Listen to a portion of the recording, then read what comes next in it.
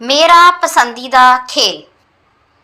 वैसे तो मैं हर खेल को अच्छा समझता हूँ, लेकिन हॉकी मेरा पसंदीदा खेल है। क्रिकेट और फुटबॉल की तरह ये खेल भी बहुत दिलचस्प है। ये खेल इंग्लैंड से शुरू हुआ।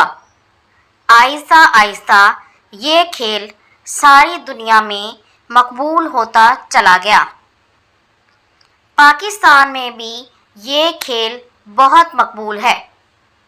हॉकी की टीम में दोनों तरफ 11-11 खिलाड़ी होते हैं। हर खिलाड़ी के पास एक स्टिक होती है जिसे हॉकी कहते हैं। हॉकी का मैदान 300 फुट लंबा और 120 फुट चौड़ा होता है। दोनों तरफ आमने सामने 2 गोल होते हैं जिनके पीछे जाल होता है। गोल पोस्ट के आगे एक नीम दायरा होता है जिसे डी कहते हैं। जो खिलाड़ी इस गोल पोस्ट में खड़ा होता है उसे गोलकीपर कहते हैं। गोलकीपर गेंद को गोल में जाने से बचाता है।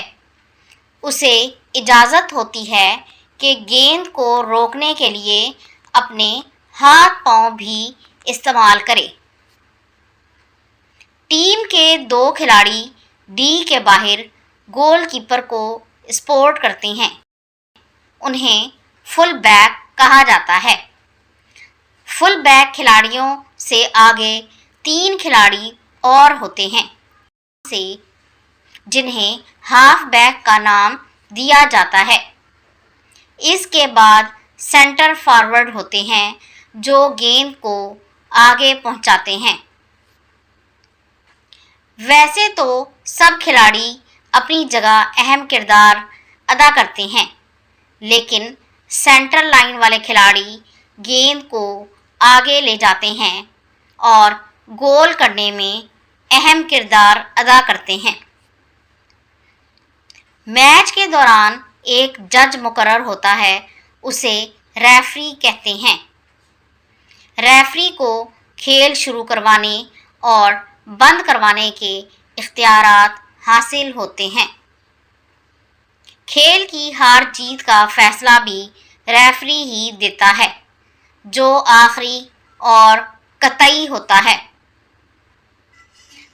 हॉकी में दोनों टीमों के फॉरवर्ड एक दूसरे के मुकाबिल खड़े होकर अपनी स्टिक ज़मीन पर और फिर एक दूसरे की स्टिक पर मारते हैं और इस तरह वो 3 दफ़ा करते हैं। खेल के कवायद और ज़वाबित इस तरह से हैं कि अगर खेल के दौरान स्टिक कंधे से ऊपर उठ जाए तो फाउल हो जाता है। ये एक किस्म की गलती तस्वुर होती है जिसके बदले में मुखालिफ टीम को एक हिट मिल जाती है। गोल करने के लिए ज़रूरी है कि डी की हदूद के अंदर से हिट लगाई जाए। हमारे मुल्क की हॉकी टीम दुनिया भर में मशहूर है और बहुत नाम पैदा कर चुकी है। दूसरे खेलों की तरह हॉकी खेलने के भी फ़वाइद हैं। हॉकी खेलने के दौरान जिस्म की वर्जिश होती है और इससे जिस्म मजबूत और स्मार्ट हो जाता है। इस खेल से नज़्म ज़ब्त कायम रखने की आदत पड़ जाती है और इत्तेहाद व इत्तफ़ाक़ का जज्बा भी पैदा होता है। बैनुल-अक़वामी तौर पर हॉकी मुल्क व कौम की शोहरत का बाइस बनती है और दूसरे मुल्कों से सकाफ़ती ताल्लुकात पैदा हो जाते हैं।